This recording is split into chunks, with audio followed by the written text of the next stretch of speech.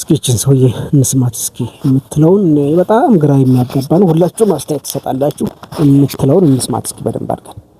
ቀጥይ እስኪ ማማዬ ቀጥይ። የፈለገውን እንዲገል የፈለገውን እንዲያሳድድ ነው የጠቀመው። ስለ ጎንደር ብዙ በአደባባይ ተወርቷል። ሸዋ ላይ የነበረው ግድያ በአደባባይ ተወርቷል። ቤት አማራ ላይ የነበሩ ክፍተቶች፣ ቤት አማራ ላይ ብዙ ክፍተት የለም። ባይዘው ቤት አማራ ዓለም ሲሰለጥን ማንን ይመስላል ሲባል ቤት አማራ አርበኛ ዘመነ ካሴ የተነገረው ሀቅ ነው። ከራሳቸው አልፎ ለሌላ ይተርፋሉ። በአሁኑ ሰዓት ቤት አማራ በጣም የሰለጠኑ ንቁ ጎበዞች፣ አማራነት የገባቸው ወርቅ ህዝብ ማለት ቤት አማራ ነው። አሳምነው ጽጌ እንደውም እኔ መነቀስ ምናምን ኃጢያት ነው ስለተባለ ነው ያልተነቀስኩት እንጂ አሳምነው ጽጌን እንደ አንገቴ ላይ ብነቀሰው እንደዚህ ብነቀሰው ራሱ ደስ ይለኛል። ሳላረገው ምቀርም አይመስለኝም። በነገራችን ላይ እሱ ተነስቶ ምልክት ሆኖ ጮሆ አልቅሶ አሳምነው ጽጌ ዛሬ ዚባ ያደርሰን ኑሮ አማራ መች በማንኛውም አካባቢ ባለ ፋኖ በማንኛውም አካባቢ ባለ መሪ ነኝ ባይ አማራ በዚህ አይደርስም ነበር። ራሱን አቅልጦ ለዚህ ያደረሰን አሳምነው ጽጌ የቤት አማራው ንጉስ። በጣም የሚገርመኝና የሚያጅበኝ የቤት አማራ የሚለውን የትኛውን ህዝብ አዋይታችሁ ነው ስም የቀየራችሁት?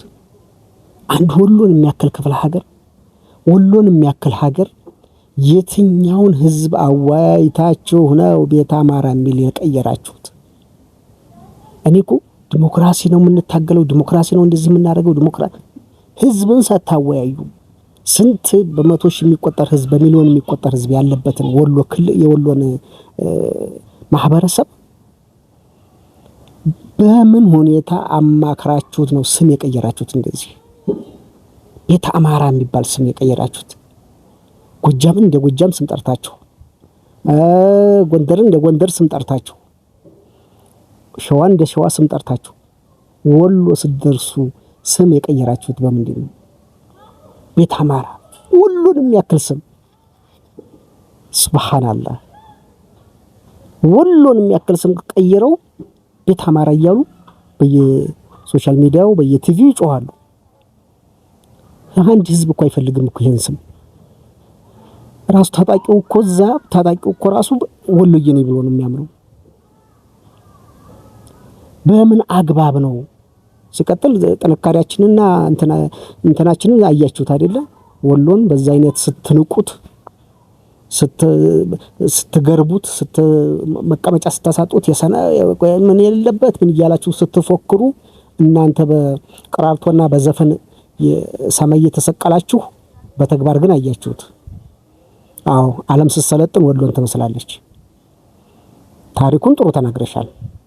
ወሎ እንደዚህ ነው በጀግንነት። ግን ቤት አማራ ብላችሁ ስም እየቀየራችሁት ማንኛውን ህዝብ አወያይታችሁ ነው? የትኛው ህዝብ ፍቃደኛ ሆኖ ነው እሺ ቀየር የወሎ ስም ይቀየር ተብሎ በየትኛው ስብሰባ በየትኛው ተነጋግሮ?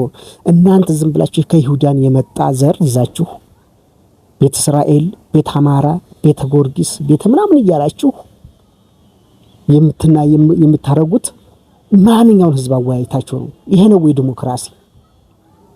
የሆነ ሃይማኖት ጠልታችሁ ወይ እስልምና ሃይማኖትን ይወክላል ይሄ ነው መቼም፣ ወይ እስልምና ሃይማኖት ይወክላል ወይ የሆነ ነገር ብላችሁ ትልቁን ጎጃም፣ ጎንደር፣ ሸዋ ከመፈጠሩ በፊት ወሎ ነበረ።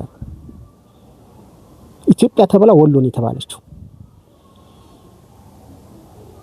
ወሎ ክፍለ ሀገር ተብሎ እስከ ሐሰብ ድረስ ነበረ። ታሪኩን ብታውቁት እስከ ሐሰብ እስከ ቀይ ባህር ድረስ ይደርስ ነበረ።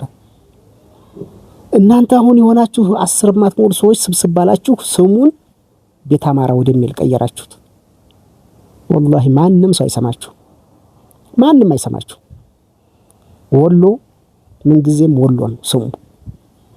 በወሎ ውስጥ ብዙ አይነት ነገር አለ፣ ብዙ ሃይማኖት አለ፣ ብዙ ቋንቋ አለ፣ ብዙ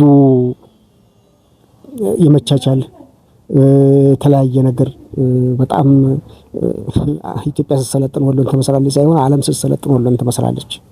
በጣም የሰለጠነ ህዝብ ያለበት የዋህ ከተነሳ ደግሞ ለዓላማው የማይመለስ ህዝብ ያለበት ነው ወሎ እንጂ አንቺ እንደምትይ ቤት አማራ የሚባለው ማንኛውም ወሎዬ አይሰማውም፣ አያውቀውም፣ ሊያውቀውም አይችልም። ስም ለመቀየር የአንድን አካባቢ ስም ለመቀየር የአካባቢው ህዝብ ሊጠየቅ ይገባል። ስብሰባ ሊደረግ ይገባል። የተለያየ ነገር ሊደረግ ይገባል።